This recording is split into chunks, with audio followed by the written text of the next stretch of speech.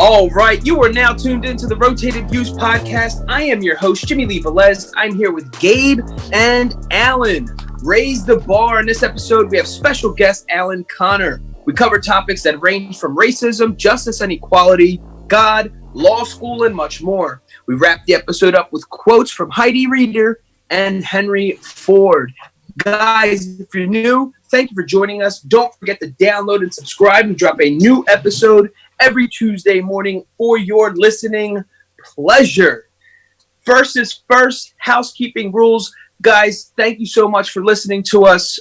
We are also doing this possibly the last time via Zoom. So obviously we appreciate the audio is not up to tune, but the creators of Zoom are keeping us intact here. So we appreciate that. So if you hear, people are at their home offices and have kids, so if you hear kids in the background or the audio is not as clear as it usually is, bear with us and we appreciate your patience. Anyway, with that being said, Alan Connor, you're here, buddy. Thank you for joining us, man. Thank you for having me, Jimmylee. Gabe, thank you for having me. It's a pleasure. Thank you. Absolutely. All right, so for those of them who do not know who you are and what you do, let them know. So my name is Alan Connor. I'm a Bristolian. Shout out to Bristol Borough. I spent the majority of my teenage years, high school, kindergarten, growing up in Bristol. So I grew up in Bristol, left around. I went to college right out of school. I went to Howard University. It was my first stop. I loved Howard University. Those of you who don't know, it's a historically black school. So I went there for one semester. Unfortunately, I had to leave after that semester because I owed them like $1,800 for the previous semester. And I didn't realize, me being a kid, I didn't really was strategic as far as financial planning for college. So I thought that because of historically black school and I'm black, that they're going to hook me up and they're going to make it work. Right. Definitely wasn't the case. It was the moment that I realized that I was at the financial aid office begging for some more money. And I said to the financial aid advisor, like, hook me up. I'm a brother. And she looked around like, you say anyone else here? I'm like, I'm sorry, I'm tripping, my bad. So that was a rude awakening for me. I had to come home and regroup. And I had to figure out how I'm going to pay back $1,800 because I had to get my credits. And the plan was to go back to Howard. So I started waiting tables because I realized that was the best thing as far as financially and quick money. So I was at a restaurant one day and I asked the waiter, like, how much money are you making? And the waiter told me, I was like, that's probably something I should do. So I took a semester off. So the spring semester, I took a semester off. Then I worked, paid off the $1,800. And I didn't go back to Howard because at that point I decided it wasn't the best decision. So I went to community college. It was an amazing decision. It was life-changing because I saved a lot of money and I was able to really become independent. I worked full-time while in school as a waiter. I learned how to pay bills. I learned how to handle my money while going to school. And then also too, community college, it wasn't like, maybe I wasn't ready for university, but community college was perfect. I did really well at community college. And then after community college, I graduated and I kind of life experience. I went to Penn State because going through some life experiences, I was with a girl and I was trying to get away from her. Bad idea to just go away to school to get away from her. So I decided to go to Penn State and it didn't. And once I was there after a month, I was like, this is a terrible idea. I don't want to be in Penn State. So then I left, came back, and then the following semester I went to Temple. And at that point I was so focused on going to Temple because when I graduated college, I don't know if you know, Bristol is a very small town. right? And a lot of people go to the same universities, Temple being one of those. And I remember saying when I was in high school, I'm not going to Temple. It's just going to be like a high school, it's going to be a high school reunion. It's not going to happen. But it was a great blessing that I went to Temple. Again, I worked full time throughout Temple, but I got a finance degree. I really polished my business skills. I met a lot of great connections and made good friends. Two friends who I'm super close with from Temple. And then, I seen what it was like to live in the inner city. And I'm from the suburbs. So, like, yeah, there was definitely there was always racial tension for me growing up. Growing up, my family, I'm one of three. So my mom is a single parent. My parents broke up when I was 15, so we're never well off. We struggled a lot. And a lot of times my brother really took care of me. Definitely during my from 15 to when I graduated high school. So definitely didn't grow up well off, and it was a struggle financially. But having said that, going to Temple really showed me what it was like to really struggle as a minority. And I seen things there that were like, I lived right across the street from a high school, from I think it was K through 5, K through 5th. And there were shootings over there. Someone got killed right around the corner from me. There was always people selling drugs around there. And these poor kids were exposed to all of this. And I was like, man, this is how it's like to really be oppressed as a black person. And I was like, wow. So, and I was naive. There was always racial tension in Bristol, right? Police brutality was not as prevalent in Bristol, but police always treated me differently, treated my family members differently, treated my friends differently that were black and brown, right? But out in Philadelphia, it was definitely much more prevalent, and I seen it all. So Temple was a great eye opener for me. So then once I graduated from Temple, life again happened, and I got in a relationship. And I wasn't quite focused. So like the plan for me was to always go to law school right out of college. And I got into a relationship. I took the bar exam. I took the LSAT. I think I took it like right after college. I didn't do well on it. I hate standardized tests. I did terrible on it. And then got in a relationship. And I was just loving the relationship, and life took over. I was with her for 2.5 years, and this is the one I wanted to marry, and I was super close with the family, and it was like God sent, right? But during that whole time, I always felt like me personally, I wasn't achieving my goals, and I wasn't completely happy. So towards the end of our relationship, I had to like refocus and start focusing on the LSAT, because at that point I took it twice, didn't do well on either one of those times, and I was like, I gotta get myself together. I gotta get to law school. It was going on 3 years, and I was like, I need to get there. So I refocused, started focusing on that, and the relationship fell apart, amongst other reasons why it fell apart. That was like the last nail in the coffin. Like, I started focusing on my personal goals, and unfortunately, she was very spoiled as far as my attention to her throughout most of the relationship. And she didn't like that I was spending a lot of time alone studying. And like I said, this is not the only excuse, but amongst other things, this was the last straw. And we split, and she broke up with me, and it was tough. It was tough. This time in my life, it was like really depressing. The worst. It was at that point. It's the worst time in my life. I was single. How old are you at this point? Just for reference. So I guess I graduated college. I went to college at 19. Graduated college. I think I was 23 or 24. So then, so at that point, I was like 26 or 27. Okay. Yeah, 26, 27. So And at that point, like I at that point really almost threw away my dream. Because at that point I was like, oh, she doesn't want to be with me. Is it because I want to go to law school? Should I like not go to law school? I was like trying everything possible to like to get her back. And at one point I was like, I'll give up my dream for her. And it didn't work. She still left. And I got myself I was like, I'm tripping. I'm not giving away my dream for anybody. Yeah.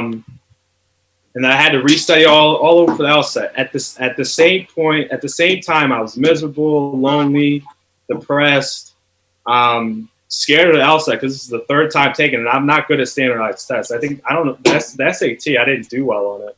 I think I did average or below, a little bit below average. I hate standardized tests. And at this point, I was like, you know what, Alan? You got things to do. I was like, you need to work on yourself. You need to get yourself together and make sure when you're in a position in life, whether it's a relationship or a career, you really need to focus on building yourself up. So when that time comes, you could deal with any difficulties that come. And I just dug myself in the library, took the LSAT, did pretty good. And then throughout that process, continued to work myself personally and vowed that I would do that. And thank God, God willing, very, very blessed. I got a 75% scholarship to University of Florida Law School. And it was like pulling teeth, though, because I did not want to go there. I really wanted to stay home because I want to practice law in New York City, which I'm a law clerk there now, but I always wanted to stay in New York City. And going to Florida was out the way, wasn't something I wanted to do. But I was like, you know what? This is part of my journey. This is what God sees for me. So I'm gonna take the leap. Like 75% scholarship, I can't turn that up. Can't pass that up. So I'm like, I'm gonna take the leap. So I started law school, and it was tough because University of Florida. I don't know if you know, it's I'm sure a lot of people listening probably are familiar with Penn State. So Penn State is in college from the middle of nowhere, nothing new besides party. The college is the town, and University of Florida is the same thing. There's nothing to do there besides party. The college is the town, and I've been in the city, Philadelphia, for a long time, so I'm a city boy at heart. So it was tough, having to just study, and there was times even when I wanted to go out and not study and not focus on what I need to do, it's like there's nothing to do. Yeah. So, but it was a great blessing going to University of Florida. I can't thank University of Florida enough. Like, I met amazing people there. Two of my best friends are from University of Florida. I grew so much spiritually, mentally, physically. Like, I am one of my best friends out there in University of Florida. He is. I'm really close with him, that I became close with his family. So we all went to church together. I went to church with his family, and they took me in like basically family. Like, they're my second family. I love them dearly, and they're a white family. So, and which is great. It was a great new experience for me because I've had white friends. I've been around white people all my life, but I've never had a close, intimate relationship with a white family and a white person, just on a non-relational tip, because my ex-girlfriend, she was white, but this was strictly just friendly, and they treated me like family. They showed me so much love to the point where I was like, this is kind of scary. Like, I'm not dating their daughter. I'm not bringing nothing really to the table other than just my experience and my love. And they took me in as family, and I got to see what it's like for a Southern family, and it's really different. They shoot guns out there. They ride boats on lakes. They eat different food that you would never even think of. But it was a great blessing for me. It grew my faith because very close with them, and they're extremely religious people, strong faith, strong believer of God, and it really forced me to take a next step in my religion. And I don't like to say, and I don't say I'm any type of religion because I don't like to label myself, because there's so many stereotypes, there's so many different things that come with that I don't agree with. So I say I'm a believer of God. I'm a follower of God. I love God, and I think you could take so many different things from all different types of religion. And even if they don't call it God, they all believe in unconditional love, and they all believe in one. There's a creator up there that can do all, right? So whatever you call them, I'm fine with that. It's very similar. Religion's all very similar. So, and then law school. Just being in law school, I was around extremely intelligent people. I was able to work on my writing, reading. I worked harder than I ever have in life. Being in law school, like it is. If you're not willing to work, it will spit you out. So it's either do the job, do the work, or get out. And I gained great work ethic. But at the same time, it was always tough to be away from my family. And throughout law school, I mean, I dated 2 different women, but it was never a relationship that lasted. And so I always dealt with being by myself. Loneliness is tough. So I've always dealt with that, but law school created so much growth. And then after law school, took the New York bar 2 times. The first time I didn't pass, I missed by 6 points, extremely devastating. That was probably the biggest obstacle in my life, because again, I hate standardized tests. And if you know anything about the bar exam, it is one of the hardest exams you ever take in life. It's miserable studying for it. It's literally like 2.5 months, 3 months of literally just 10-hour days, 6 days a week. You have no life. It's miserable. I wish that upon nobody. But I really, really had to regroup after I didn't pass. This was like the only time in my life where I said to myself, like, this is the only thing that's going to get me out of this is God. Because before, I'd gone through things in life, and God has always been incorporated, but I've listened to motivational speaking all the time. I read different ways of being, read different personal development books. All those things, I've done that in the past, workout, stuff like that. But I was like, this time you need to really focus completely, wholeheartedly. God is going to get you through this. And this might be a controversial shout out, but shout out Kanye West. Jesus is King. Jesus is King. I started listening to gospel music heavy because of Jesus is King. I work out, listen to gospel music, and God, He got me through it, and I passed the bar exam.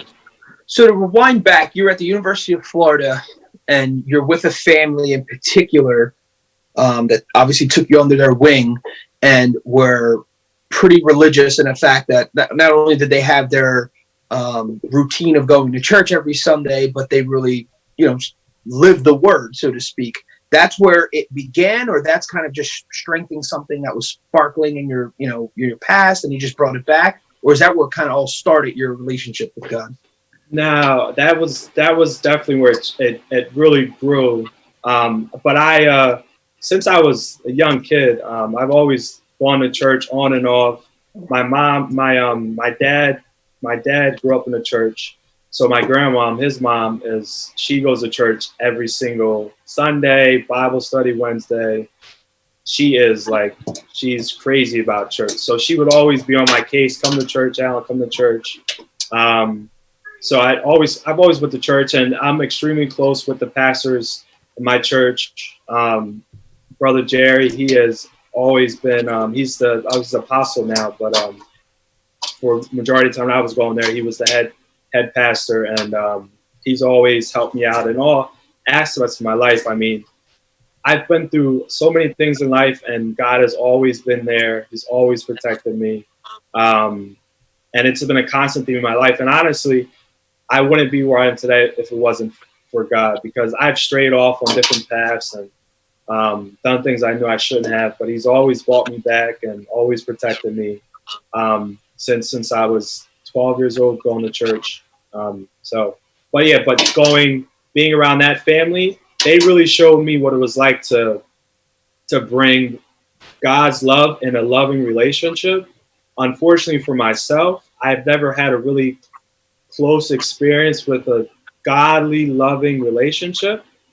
So that was a breath of fresh air, because unfortunately, from my experience, and I know a lot of minorities, particularly Black and brown people, they grow up in such circumstances where they don't really see loving relationships. So it's really hard to gauge what it's like to be in a loving relationship. So you look for all the wrong things. So for me, that was a prime example for me, right? So being there with them, like my best friend, he was married. His parents are still together, and then their parents are still together. And then his sister's married, his brother is married. And then also so many people in the church are married.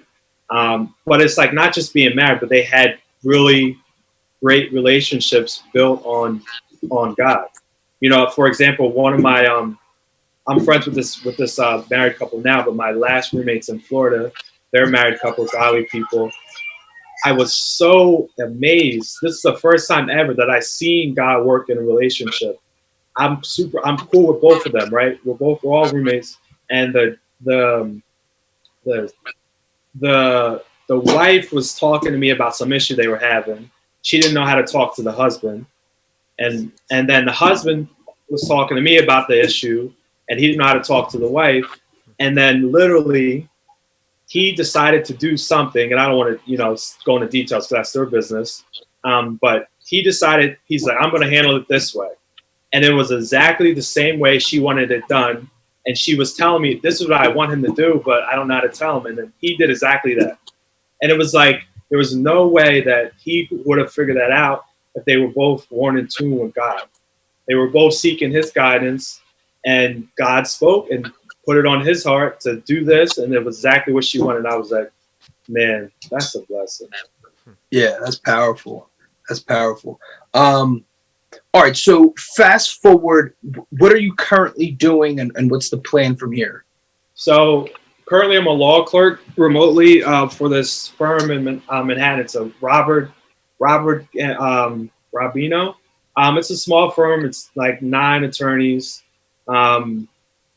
So basically the work is slow because it's a small firm, and then also to the whole issues with COVID-19, right? So I'm only doing contract work, so I only get paid for when I work. So once I get my official license, I'm either going to work for them full time as an attorney or apply for other jobs. And I'm still applying for other jobs. And the owner of the firm, he's a great guy. Like he knows, he's understanding. He's like, you got to find a job. And so this firm, they do a lot of transactional work, mergers and acquisitions, government relations. They do some trademark stuff. And it's a great experience. Like the owner of the firm, Seth Bryant, like he's an amazing guy. Like he's very welcoming, helps me out whenever I need him. And he's so understanding. And he created this opportunity for me because they didn't really have a position available. But he was like, I'm going to give you this opportunity. I'm going to give you this opportunity, even though I don't have this position actually go. And it's not in the money. They don't have the money to bring me on full time, but I'm going to do it. I'm going to bring you on contract, and we're going to do this. We've never done this before, but for you, I'm going to do it. But ultimately, my goal is I want to do entertainment and sports law. So either work in-house for a major entertainment company or a sporting team, or work in-house for just a major corporation. Because at the end of the day, I love business. So if, definitely using my business skills and my legal skills together is ideal. And you could do that entertainment, sports. And why entertainment and sports? So for me, and I'm long story short, right? Number one, for me, my ultimate goal in life is to influence and help out the masses. Um, whether that's black and brown people, white people, whoever. But I definitely want to particularly focus on black and brown people. And in entertainment and sports, unfortunately, or fortunately, a lot of black and brown people, in my opinion, are influenced by sports and entertainment. So I want to be the one behind these athletes and these entertainers, and educate them and push them towards putting out great messages, so you could actually influence people in the right way. Um, and then also too, I want to work with them and do things that, like, open up a community center, open up a food drive. Like, I would love to open up a sustainable agricultural business in inner cities. Because one issue in inner cities for black and brown people is they have terrible food. Like, I live in centers. I live in Philadelphia, right? I live in a pretty good neighborhood, but in bad neighborhoods, they have more Wendy's and Burger Kings and McDonald's in their vicinities than a good food store. And, diabetes, mental issues, addiction, like, a lot of these things stem from mental issues, right? So, like, and a lot of these things stem from your poor eating habits. So, they need to be able to eat better. So having sustainable agricultural farm in those cities will help them out a lot. So stuff like that, like, go around and speak and bring entertainers together and, do major things for society. So, like, for me, that is where I want to make, that's the main reason why I want to get into that, to entertainment and sports, because unfortunately or fortunately, the greatest concentration of black and brown, African American wealth in the United States is in that industry. So I want to be able to tap into that and help influence the masses in the right way. So that's the number one goal. That's the reason why I want to get into entertainment and sports. That's awesome. Good stuff. All right, so let's you kind of alluded to it in the beginning, but I want to tap back into there's a lot going on with justice not being served, and inequality, systemic racism, police brutality, with everything that's going on, can you just give us a little bit of, your input on first of all, what's going on, and then possible solutions moving forward? So I see what's going on as nothing new, right? So, I mean, systemic racism has been an issue for the United States for a very long time, unfortunately. So the protest, it's nothing new, and it hurts me to see it, because first and foremost, I am a godly man, right? So I love all people. I am a human before I'm black. And I hate to see us all fighting. I wish we would all get along. And the protests, unfortunately, the looting, these things, they cover up the actual message, right? It's about systemic racism for the protests, particularly for police brutality, right? So that's what it's about. And then all the looting just covers us up, makes it seem like these black people again are acting like monkeys, and look at them. This is why they don't have anything. But at the end of the day, I understand why people are looting, right? If you oppress a group of people for so long, this is the product of this. This is the seeds that you planted. If you oppress these people for so long, you're gonna have ignorant people that do ignorant things. They don't know how to express their feelings, and you have other people who are so upset that all they want to do is just hurt somebody or hurt a business. So this is what happens, and this is an issue that the United States needs to address. If we have these oppressed people constantly being oppressed throughout the years, and they see nothing is changing, they're gonna react, and unfortunately, sometimes they react in a terrible way, and it's always going to happen. So, so for me, I mean, I think it starts with just communication and understanding, and just America needs to admit that their past and really say, like, we have an issue of racism, systemic racism, like really admit that and really try to change that. Like, prison systems is another form of slavery. The police brutality. They get black and brown people arrested, get them in the system, and then put them on probation for years. And of course, they're going to, the probation, a minor thing will get them back in jail. So they're repeat offenders, and they're in the system. And once you're in the system, once you're in prison, it is okay to be treated like a slave. And, you have these big companies who are buying labor for super cheap from these prisons, for-profit prisons, and that's just one part of systematic racism. The banks, it's hard to get loans. And I talked about the food industry in the inner city. Education, I talked a little bit about the education. It's terrible. So America needs to just admit it, work on it, and then we got to talk to each other. Like, I could have a civilized conversation with anybody, regardless if I don't agree with what you're saying. My best friend, the guy that I told you about, he went to law school with me in Florida. He voted for Trump. I won't say his name. He voted for Trump, and I definitely did not vote for Trump. I won't get political, but him and he told me we had a conversation. It's fine. You don't have to agree with everything that I agree with, but let's be good people. Let's try to come together and do what's best for society.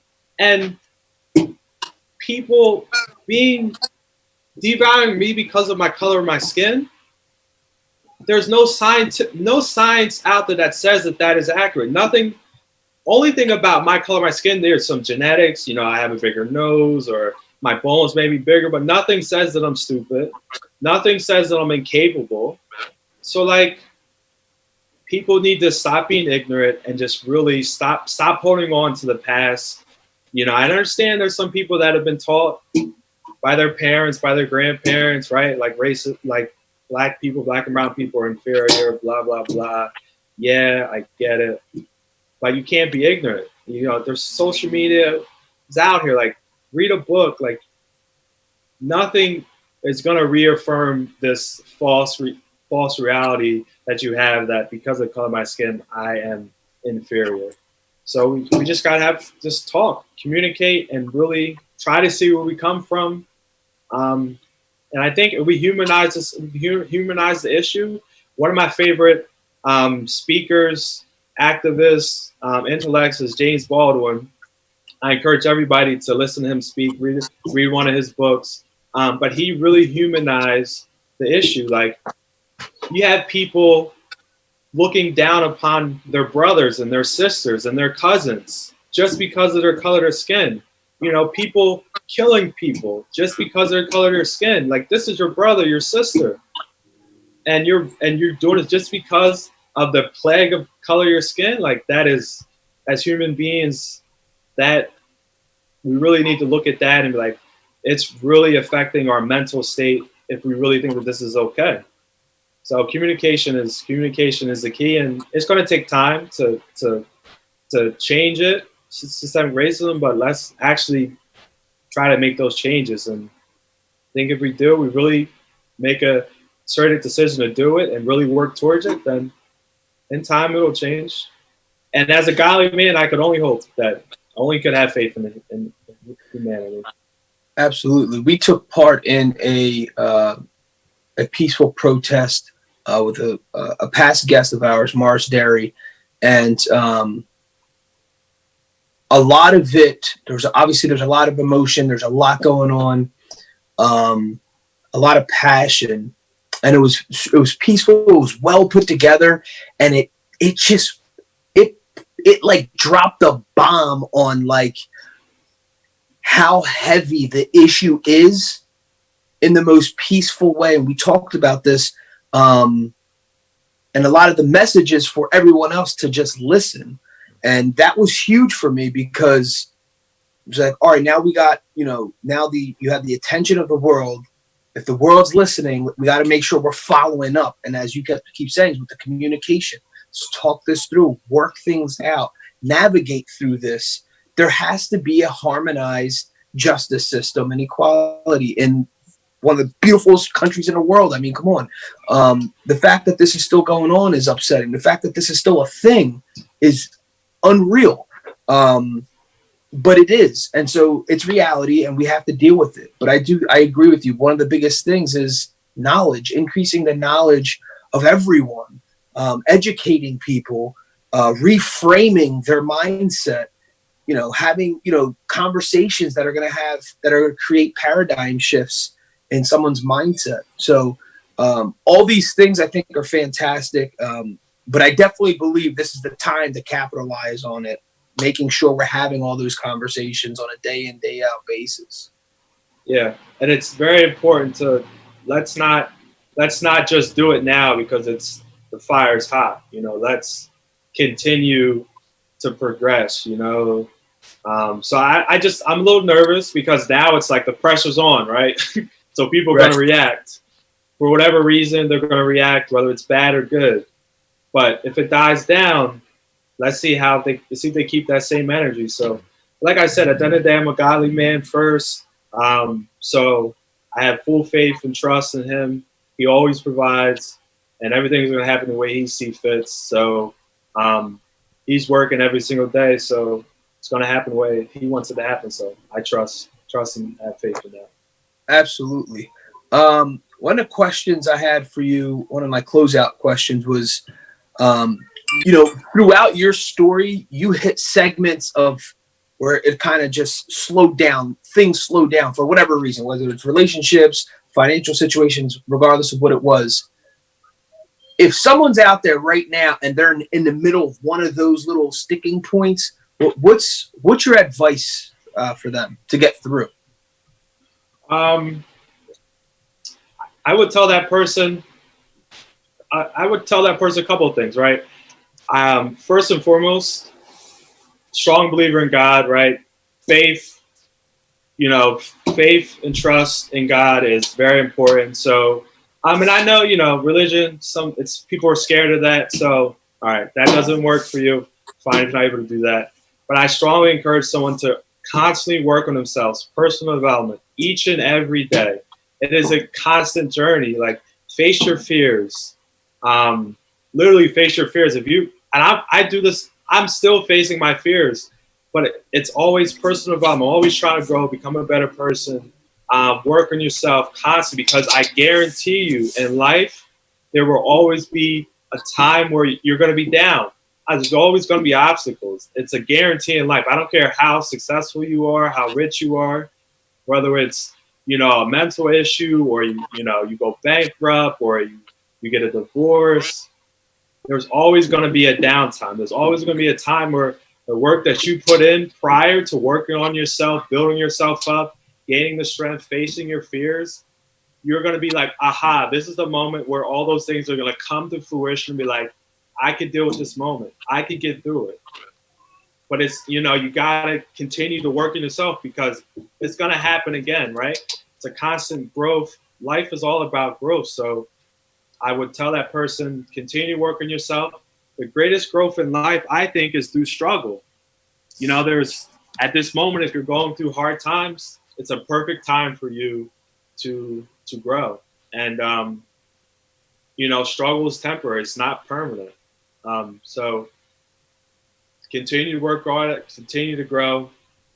And it's definitely, it's going to get better, and you're going to gain so much from it. And of course, probably looking at in the moment, you're not going to understand and realize what you're going to gain from it. But I promise you, looking back on it, you're going to be like, man, it's a great blessing that I went through that, because I am so much stronger now. And